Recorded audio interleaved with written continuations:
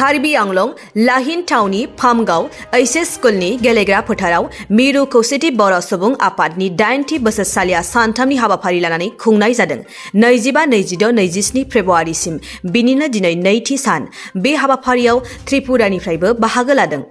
बाहागो लाना बिथांमोनहा आसामनि गासैबो बर'फोरखौ खौसे जानांगौ होनना रायजो राजानि सिगाङाव बुंथियो। बे हाबाफारियाव BKWSC नि गाहाय मावफुं सोद्रोमा मानगोनां मिहिनीश्वर बसुमतारी बिथांजों लोगोसे BKWSC निनो गासै मानगोनां मावथि सोद्रोमा बिथांमोनहा लोगोसेयैनो खौसेथि बर' सुबुं आफादा बर' हारिनि थाखाय गोख्रों खामानि मावगासिनो। मख'जाथावदि बे हाबाफारियाव बांलादेशनि बर', नेपालनि बर', मेघालयनि बर', अरुणाचलनि बर' बे हाबाफारियाव गोबां जायगानिफ्रायनो बाहागो लाफैनायखौ नुनो मोन्दों। बे मेलाव 2000निख्रुइ बांसिन थान्दै बाहागो लादों। दानिया फै कार्बि आंलं लाहिन खौसेथि बर' सुबुं आफादा खौरांगिरिनि सिगाङाव मा बुंदों आबुङै मिथिना लानि। यहाँ पे त्रिपुरा से आए हैं और हमारा साथ साथ इस पे अभी जो नेपाल से भी आए हुए हैं, वेस्ट बंगाल से भी आए हुए। यहाँ पे हम लोग 8वां यूनाइटेड बोरो पीपल्स ऑर्गेनाइजेशन का जो फंक्शन हो रहा है, कार्यक्रम हो रहा है, उसमें हम योगदान करने के लिए आए हैं। तो यहाँ पे आके हम बहुत ही उत्फुल्लित है, बहुत ही आनंदित है, बहुत ही गर्वित है। इतना बड़ा कार्यक्रम है और पिछले दिन बारिश होने के बावजूद लोगों में जो जोश है, उमंग है, और यहाँ पे जो ऑर्गेनाइजर्स हैं उन लोगों ने इतना अच्छे से ये अरेंजमेंट किया है, उसको देखते हुए हम लोग बहुत खुश हैं। और यहाँ पे हम लोग जो ग्रेट बोरो रेस है, उस ग्रेट बोरो रेस का जो भारत का विभिन्न अंश में, विभिन्न अंचल में, विभिन्न देशों में आसपास, जैसे बांग्लादेश है, नेपाल है, और भारत की विभिन्न जो प्रदेश है वहाँ पे जो बसे हुए हैं, उन लोगों का जो एकत्रित करने का जो मकसद है UBPO ने किया है, वो बहुत सफल हुआ है। और हम लोग ये जो प्रोग्राम है इसमें आगे का कार्यक्रम और भी अच्छा होगा, और हमारा जो संस्कार, संस्कृति, हमारा जो अधिकार, इसको प्राप्त करने के लिए, मिलने के लिए हमें जो भी करना चाहिए वो यहाँ पे एक मंच पे जो हमारा यहाँ के जो कार्यकर्ता, इन लोगों ने सिद्धांत लिया है, हम लोगों ने भी उसमें पार्टिसिपेट किया है। और हमें उम्मीद है हमारा जो बोरो रेस है अभी जिस हालत में है उससे आगे और भी ऊपर चलेगा, ऊपर जाएगा, और हमारा जो भविष्य बहुत उज्जवल होगा। और मैं ये जो UBPO का जो 8वां अधिवेशन है, इसका जो कार्यक्रम है, इसका जो कार्यकर्ता है, ऑर्गेनाइजर्स है, योजना जिन्होंने भी बनाया, सबको मैं धन्यवाद देता हूँ। और जो आप लोग प्रिंट मीडिया से, इलेक्ट्रॉनिक मीडिया से, और जो भी कल्चरल प्रोग्राम वगैरह बहुत सुंदर सुंदर जो यहाँ पे पार्टिसिपेट किया, उन लोगों को भी धन्यवाद देता हूँ। बंधु भाइयों को मेरा नमस्कार। जब मुझे फोन किया गया मेरा मोर एक डाक्टर बंधु पात्र মোক ফোন কৰি মাতিল যে বড়ো ল্যান্ডত বা আসামত এটা প্রোগ্রাম আছে, তাতে আপনার যাব লাগিব। তেতিয়া মই অফিসৰ অলপ ঝামেলা থাকাৰ কাৰণে প্ৰথমত তো সিদ্ধান্ত লোৱা পৰা নাই। পাছত মই অনিল বসুমতাৰী, গাম্বাৰু মুছাহাৰীৰ নাম শুনাৰ পাছত মই সিদ্ধান্ত ল'লোঁ এই যামেই। তাৰ পাছত ইয়াত অহাৰ পর দেখলোঁ যে यूनाइटेड बोरो पीपल ऑर्गेनाइजेशन एक नॉन पॉलिटिकल फोरम है, सब फोरम है, और ये फोरम जरिए बोरो लोगों যিখিনি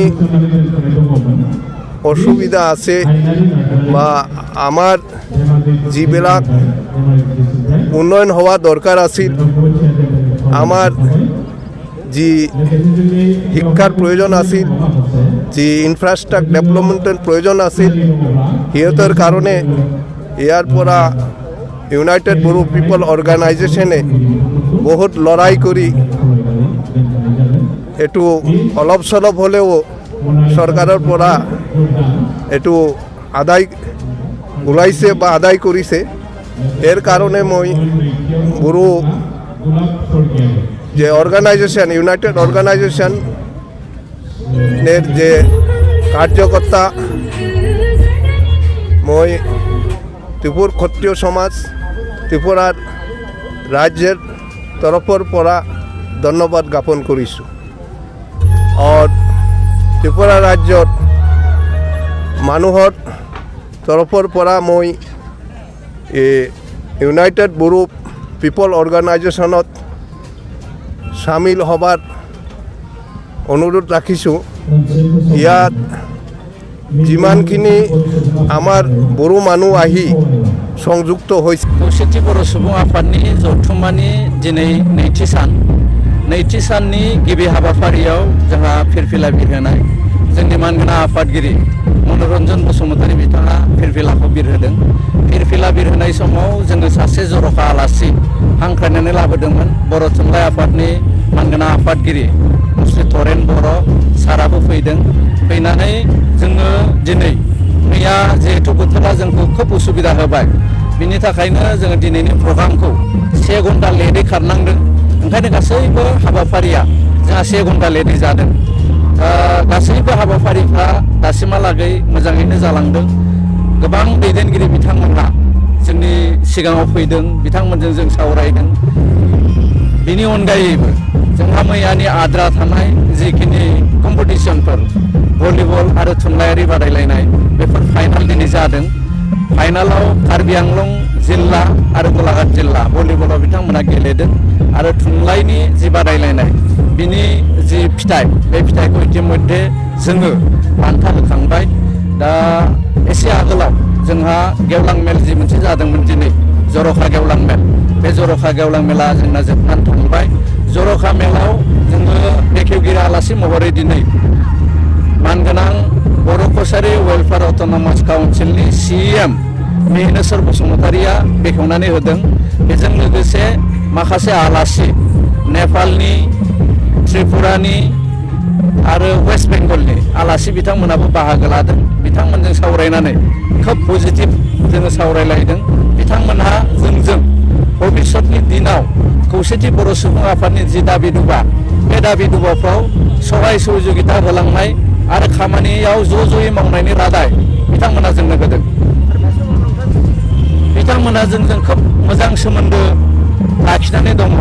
दिनैनिल' नङा, गोबां सम सिगांनिफ्रायनो बिथांमोनजों जोंहा जगाजगा दंखायो। जोंनि आगोलनि दैदेनगिरि बिसेसके मेहेनेश्वर बसुमतारी, गाम्बारु मुसाहारि, अनिल बसुमतारी बिथांमोना जिहेतु बिथांमोनजों खोब क्ल'जआव थाबाय थायो। आरो जोङो खौसेथि बर' सुबुं आफादनि गोदानै बिबान लानाय जोङो जि टीम, बे टीमजों जोङो मोजाङै दहाय फुङाव जोङो सावरायलायदों। दा बिथांमोना भबिष्यतनि दिनाव जोंजों खामानि मावलांनाय आरो जोंखौ सहाय खालामनायनि रादाय बिथांमोना जोंनो दिनै होलांदों। वेस्ट बेंगल, नेपाल आरो गोग्गो आदार जाग्रा सुबुंफोरनिसिम मोनसे गोजोनथाव खौरां। उदालगुरि जिल्लानि सिङाव थानाय मावरिया गामियाव मनाटिसा गावसुंथा हान्जानि सोद्रोमा हांमा ब्रह्म बिथाङा आसाम स्टेट रुरेल लाइभलिहुड मिशननि गेजेरजों खानस्रि हासार आरो गोबोर हासारजों दिहुनजानाय अर्गेनिक मैगं थाइगंनि गला बेखेवनाय जाबाय।